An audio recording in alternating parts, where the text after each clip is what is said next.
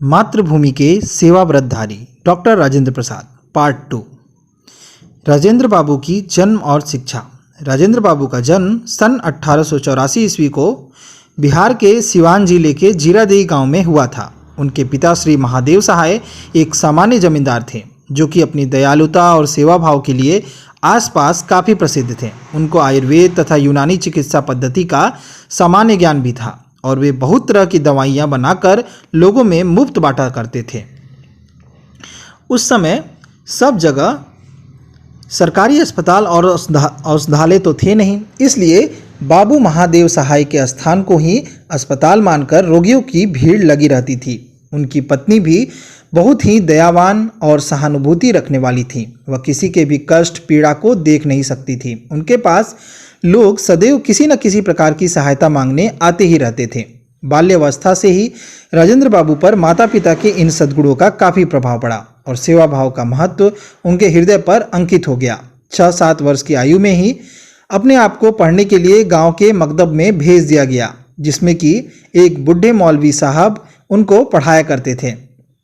उस समय वहां उसके सिवाय शिक्षा प्राप्त करने का कोई भी साधन नहीं था। उसमें 2-3 वर्ष रहकर उन्होंने उर्दू फारसी का सामान्य ज्ञान प्राप्त कर लिया था। राजेंद्र बाबू ने अपनी आत्मकथा में लिखा है कि मौलवी साहब बहुत ही अच्छे आदमी थे। इस प्रकार वकालत की परीक्षा में प्रथम वर्ष में उत्तीर्ण हो जाने पर उनकी व्यवहारिक शिक्षा के लिए वे सैयद शमसुल हुदा के शागिर्द बन गए थे और उन्हीं के यहाँ रहते भी थे। उनकी भी प्रशंसा करते हुए राजेंद्र बाबू ने लिखा है कि एक बार बकरीद के अवसर पर मैं यह समझकर कि संभवतः उनके यहाँ इस अवसर पर गाय की कुर्बानी होती होगी, इसलिए अपने गांव को चला गया था और 2-3 दिन बाद वापस आया।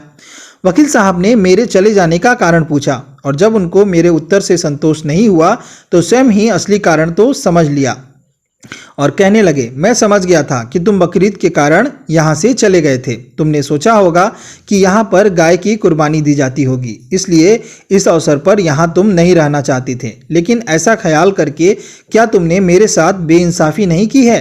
तुमने कैसे समझ लिया कि मैं तुम्हारी भावनाओं का कुछ भी आदर नहीं करूँगा? तुम तो खास आदमी हो। मेरे घर में कोई हिंदू नौकर भी तो है, बगीचे का माली हिंदू है, गायों की देखभाल करने वाला भी हिंदू है। क्या मैं उनकी भावनाओं का ख्याल नहीं रखता हूँ? उनका दिल क्या नहीं दुखेगा?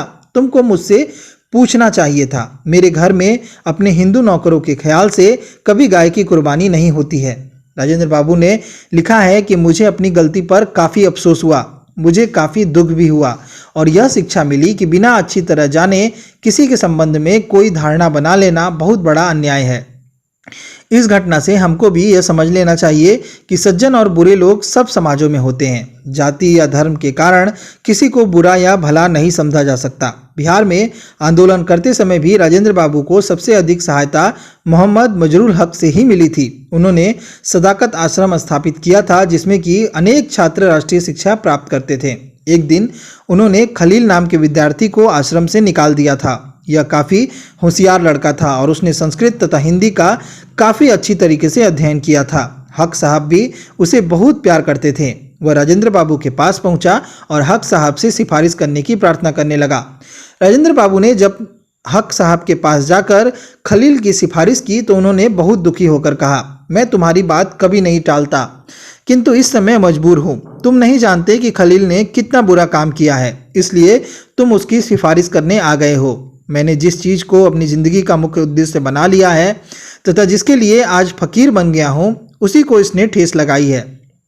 मैंने आज तक की सारी ज़िंदगी में एकता का काम किया है, उसी में आज भी लगा हूँ। लेकिन खलील ने आश्रम में रहकर कुछ लड़कों को मुसलमान बन जाने के लिए बहकाया है। आश्रम में जो लड़के रहते हैं वे मेरे ऊपर विश्वास करते हैं। मैं बर्दाश्त नहीं कर सकता कि कोई उनसे इस तरह की बातें करे। मैं जब समझ गया कि यह खलील वैसा नहीं है जैसा कि मैं इसे समझता था, तुम देखना कि एक दिन यह हिंदू मुस्लिम झगड़े भी करवाएगा। मैं इसे आश्रम में हरगिज नहीं रहने दूंगा। राजेंद्र बाबू और मजरूल हक दोनों उन महापुरुषों में से थे जो कि जातीय द्वेष की क्षुद्र भावना से बहुत ऊपर रहते थे।